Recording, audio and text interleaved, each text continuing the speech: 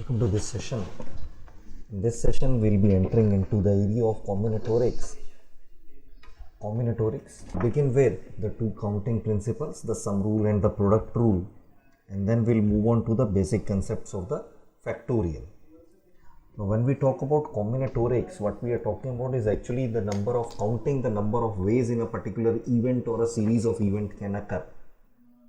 What I mean is, if you have been given event or a series of event or a group of events and you want to find out how many ways that particular event or events can occur, then we can apply these two rules, sum rule, product rule, or a combination of these two rules, right? So let's see the sum rule. The sum rule, first of all, the sum rule is specifically applied when the two events or the multiple events that are to be checked are mutually exclusive. What I mean by mutually exclusive, if those events cannot occur simultaneously. So the sum rule says if an event E1 can be done in N1 ways and the event E2 can be done in N2 ways and E1 and E2 are mutually exclusive, then the number of ways of both events occurring is N1 plus N2. Let me read it once again for you. If an event E1, if let us say there are two events E1 and E2, and the event E1 can be done in N1 ways and the event E2 can be done in N2 ways, and the events E1 and E2 are mutually exclusive, then the number of ways of both events occurring is N1 plus N2. Now please remember, this sum rule can be extended to any number of events. For the sake of simplicity, I have shown here just only two events, but it can be extended to any number of events. It will be clearer if we take an example. Now, if we take an example, say for example, there are 20 boys and 15 girls in a class, and the teacher wants to represent to choose a class representative. Now, the class representative, the teacher wants to choose just one class representative. Now, the class representative can either be a boy or a girl. As only one class representative has to be chosen, we cannot choose both. So now I have two events. Let us say the event E1 is choosing a boy and event E2 is choosing a girl. Now this is clear that these two events are mutually exclusive. Now if we are choosing a boy, that means we cannot choose a girl, and vice versa. If I am choosing a girl, I cannot choose a boy. Now these two events are mutually exclusive. So we will apply the sum rule over here, right?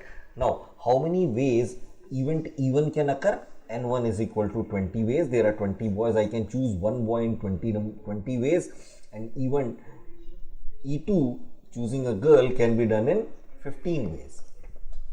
So applying the sum rule, a CR can be chosen in 20 plus 15, that is 35 ways. Let's take another example. How many ways can we get a sum of 7 or 11 when two distinguishable dice are rolled? Now you remember, a dice is a small cuboid, the cube which has the numbers 1 to 6 printed, 1 to 6 either printed on it or represented on it on the form of dots. Now these are two distinguishable dices. That means the pair, ordered pair AB and BA are distinct when A is not equal to B. Now how many ways can I get a sum of 7? The sum of 7 can be obtained in when I get the numbers 1 and 6 on the two dice, 2 and 5, 1 on the first dice, 6 on the second dice, 2 on the first, 5 on the second, similarly 3, 4, 4, 3, 5, 2 and 6, 1. So that means 1, 2, 3, 4, 5, 6. There are 6 ways in which I can get a sum of 7, right? So getting a sum of E1 is, the first event is getting a sum of 7. And E2 is getting a sum of 11. Now once again, these two are mutually exclusive. If I am getting a sum of 7, I cannot get a sum of 11 and vice versa. Now E1, as we can see over here, can be done in 6 ways. There are 6 ways by which I can get a sum of 7. 1, 6, 2, 5, 3, 4, 4, 3, 5, 2 and 6, 1. Now how many ways I can get a sum of 11? There are only 2 ways, 5, 6 and 6, 5. So as these are mutually exclusive events, we can get a sum of 7 or 11 by in 6 plus 2 is equal to 8 ways. Now the second rule is the rule that is applied when the two events are not mutually exclusive. That means the occurrence of one event does not impact the occurrence of the other event. Suppose a procedure can be accomplished with two disjoint subtasks. There are n1 ways of doing the first task and the n2 ways of doing the second. Then there are n1 multiplied by n2 ways of doing the overall procedure. Once again, let me clarify, for the sake of simplicity, I am taking two subtasks, but it can be extended to any number of events or any number of subtasks. Now we are using the term subtask over here as the events or the components that we are talking about here are not mutually exclusive. Let's take a very simple example to explain this. Say for example, we have three stations X, Y and Z, and these are the routes from these stations to the other station. If let us say there are three ways of going from X to Y, route 1, route 2 and route 3, and there are two ways of going from Y to Z, route A and route B. Now how many ways I can go from X to Z? Now going from X to Z is a complete task that can be broken into two subtasks. The first subtask is going from X to Y and the second subtask is going from Y to Z. Now the first subtask can be done in 1, 2, 3 ways, and the second subtask can be done in 1, 2 ways. Now please remember, which route I take for going from X to Y and which route I take for going from Y to Z, they are independent of each other. I can choose route 1 from here and route A from here, route 1 from here and route B from here, and so on. I can have many possibilities. So from X to Y I can go in 3 ways and Y to Z I can go in 2 ways. So by applying the product rule, the number of ways can be 3 multiplied by 2 is equal to 6. Now we can verify. I can use the route 1A or 1B or 2A or 2B or 3A or 3B. These are the 6 ways I can reach from X to Z. Again, let me repeat. The product rule is applied when the two events are not mutually exclusive.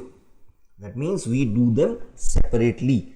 Now going from X to Y and going from Y to Z is done separately. How I go from X to Y has no impact on how I am going from Y to Z. It is only the fact that I am going from X to Y and Y to Z. So these are two subtasks of the main task going from X to Z. So that's why we apply the product rule over here. Let's see a couple more examples. Let us say a person has 4 hats, 3 pair of gloves and 5 pair of socks. How many combinations can he try? Now once again, one combination, that means one complete task.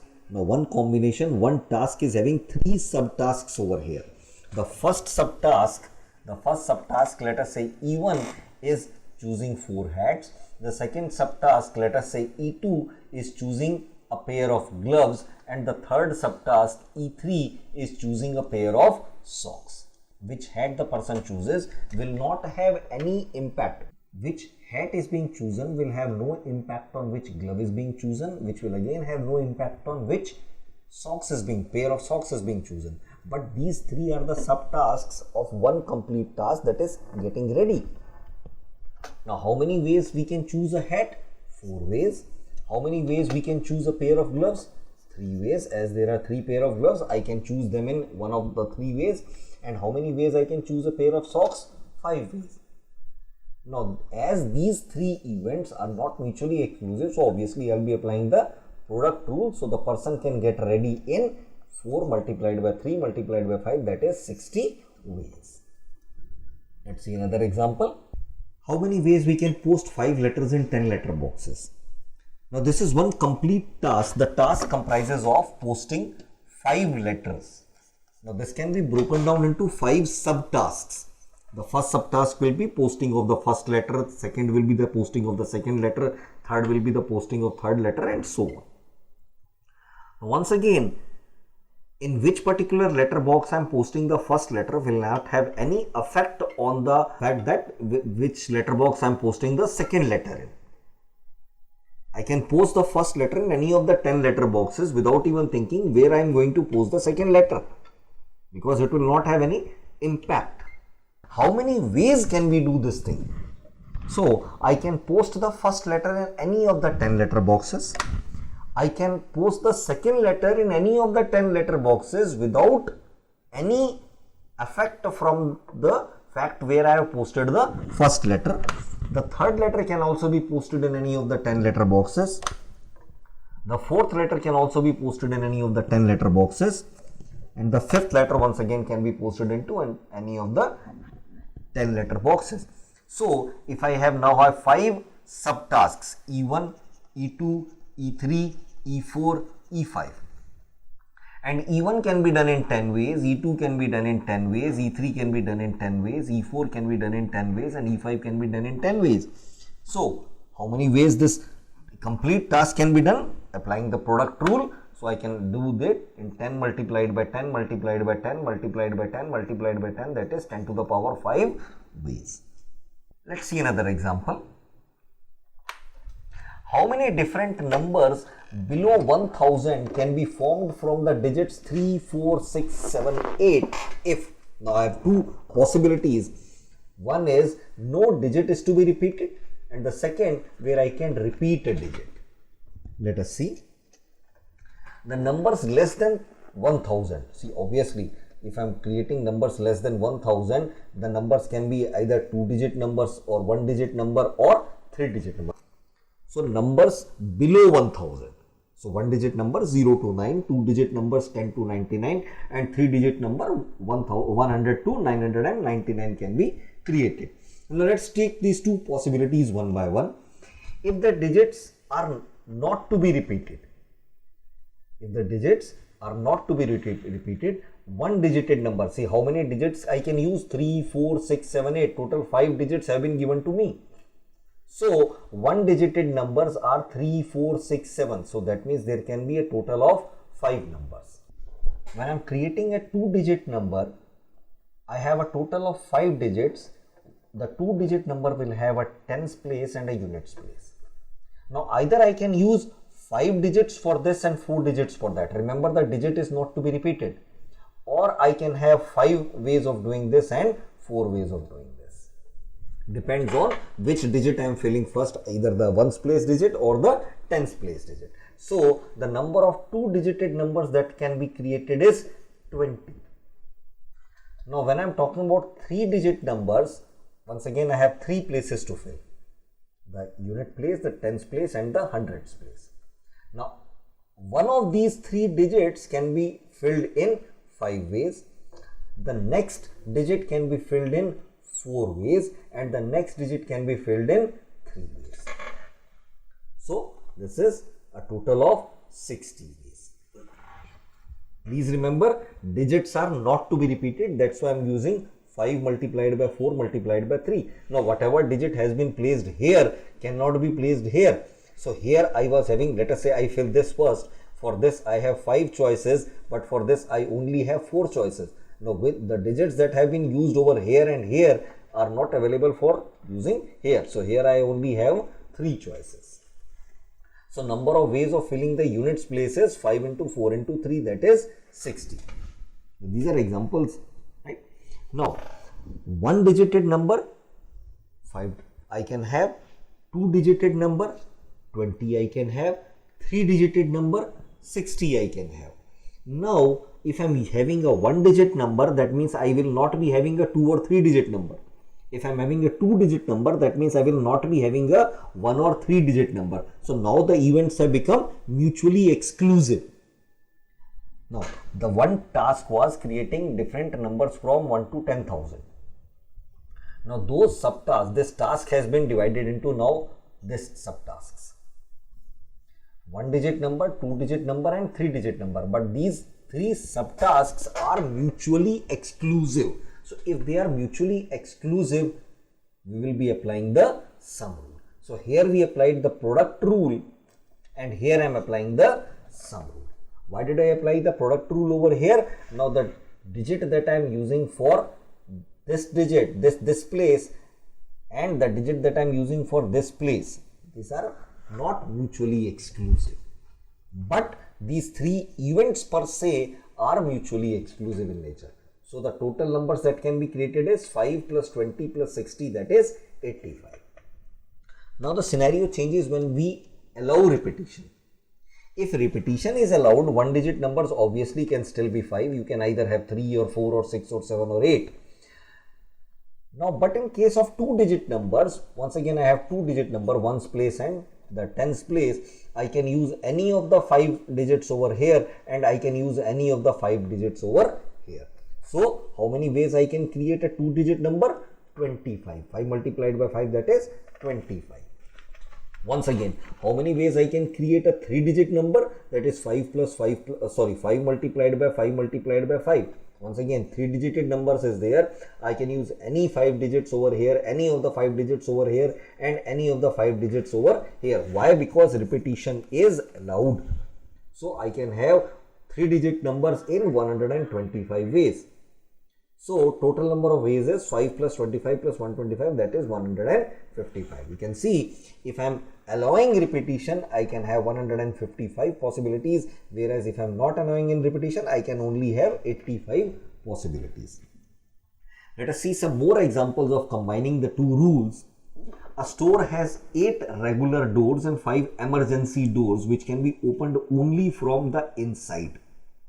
How many ways a person can enter and leave the store? Once again, enter the store and leave the store. Store has 8 regular doors. Regular doors means which can be opened either from inside or outside. And 5 emergency doors which can only be opened from the inside. So you cannot enter using an emergency door, but you can exit using an emergency door. So in how many ways can a person enter and leave the store? Now for entering the store, I only have 8 possible options. 8 regular doors are there which can be used for entering the store, right? But for exiting the store, I have 8 regular doors and 5 emergency doors. So now these are mutually exclusive events. I can either exit by using a regular door or I can exit using an emergency door. E1 and E2. Now, E1 can happen in 8 ways and E2 can happen in 5 ways, and these are mutually exclusive events. So, I will be applying the sum rule over here. So, I can exit by using the 13 doors. Now, going inside the store and coming out of the store, these are not mutually exclusive. I can use any door for going inside the store and I can use the same door or any other door for coming out of the store. So, the total number of ways for entering the store is 8, for exiting the store is 13, and how many ways a person can enter and leave the store? 8 multiplied by 13, that is 104. So this is once again an example of combining the rules. Let's see another example of combining the rules. A computer password consists of an alphabet followed by 3 or 4 digits. Find the total number of passwords with digits repeated and digits not repeated. Now, with digits repeated, again, the computer password consists of an alphabet followed by 3 digits or 4 digits, right? So again, I have multiple choices over here. The first choice is when the digits are being repeated. Second choice, digits are not being repeated. And within these two choices, once again, I have two sub choices. The password can be alphabet with 3 digits and alphabet with 4 digits. So let's see them. With the digits repeated, the total number of passwords here, password with 4 character and password with 5 character. 4 characters means alphabet plus 3 digits, 5 character means alphabet plus 4 digits. So 4 character passwords will be 26 alphabets are there, and then digits repeated. I can have 0 to 9 for the first digit, 0 to 9 for the second digit, 0 to 9 for the third digit. So these are the number of ways I can have a 4 character password. These are the ways I can have a 5 character password. Now either I will have a 4 character password or I will have a 5 character password. Now this set of events becomes the mutually exclusive events. If I am using the 4 character password, I will not have 5 character one, and vice versa. So I will apply the sum rule over here. So product rule followed by the sum rule. So the total number of passwords that is allowed is 2,86,000. Now when digits are not repeated, so once again total number of passwords once again with 4 character plus passwords with 5 characters. Now if I am using a particular digit for this character, it will not be available to me for the next character, and these 2 digits will not be available to me for this character. So 4 character passwords will be 26, 10, 9, 8. The product rule I will be applying over here, then product rule applied over here, and once again 4 and 5 character passwords are mutually exclusive, so I'll apply the sum rule over here. So I get the number of passwords 1,31,040. So this is how we calculate the number of ways in which a combined task or a task can be done. Now another important aspect which is used in combinatorics is the concept of the factorial. We are all quite familiar, but just to have a quick recap of what is the concept of factorial. Factorial essentially means, when I say the factorial of a number, let us say n, what I mean is the product of all the numbers from 1 to n. All the numbers means I am talking about all the whole numbers, not the real numbers.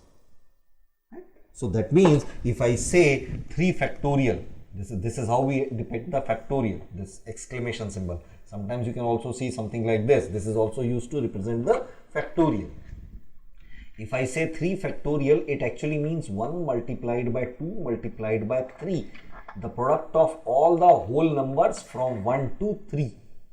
Sometimes you will also see the 3 multiplied by 2 multiplied by 1. The product of all the whole numbers start going from the number n up to factorial of 0 defined to be, it has been predefined as 1. Simple example, 5 factorial is 5 multiplied by 4 multiplied by 3 multiplied by 2 multiplied by 1. Let's see certain examples. Let's calculate these expressions. 9 factorial. 9 factorial is 9 multiplied by 8, 7, 6, 5, 4, 3, 2, 1. You multiply them all, you get 3,62,880. If I have an expression like this, 8 factorial divided by 6 factorial. Now there are 2 ways of doing it. One is I can calculate 8 factorial as 8 into 7 into 6 into 5 into 4 into 3 into 2 into 1. And then I can calculate 6 factorial as 6 into 5 into 4 into 3 into 2 into 1. But once again, let's see there are certain elements that are coming common over here. So what I can do is, I can write out each factorial and simplify. 8, 7, 6, 5, 4, 3, 2, 1, 6, 5, 4, 3, 2, 1. I can simply cut it out. So I'll get 8 into 7, that is 56. See some more examples. If I have 10 factorial divided by 9 minus 2 factorial. So what I'll do is, I'll first solve the expression within the parenthesis. So I get 10 factorial divided by 7 factorial. Now apply the same method which I did earlier, and I'll calculate 10, 9, 8, 7, 6, 5, 4, 3, 2, 1 divided by 7, 6, 5, 4, 3, 2, 1. This portion will be cut from numerator and denominator. So I'll have left with 10 into 9 into 8, that is 720. So finding factorials and using factorials is not quite difficult, it's quite simple. This is the values of factorial from 0 to 10. 0 factorial is, I have already told you that it has been predefined as 1. 1 factorial is obviously again 1. 2 factorial is 2. 3 factorial is 6. 4 factorial is 24. 5 factorial is 120, and so on. So that's all that we have to talk about in this simple counting principles. In the next session, we will be talking about permutations and combinations, and will then proceed further into the combinatorics. Till then, thank you.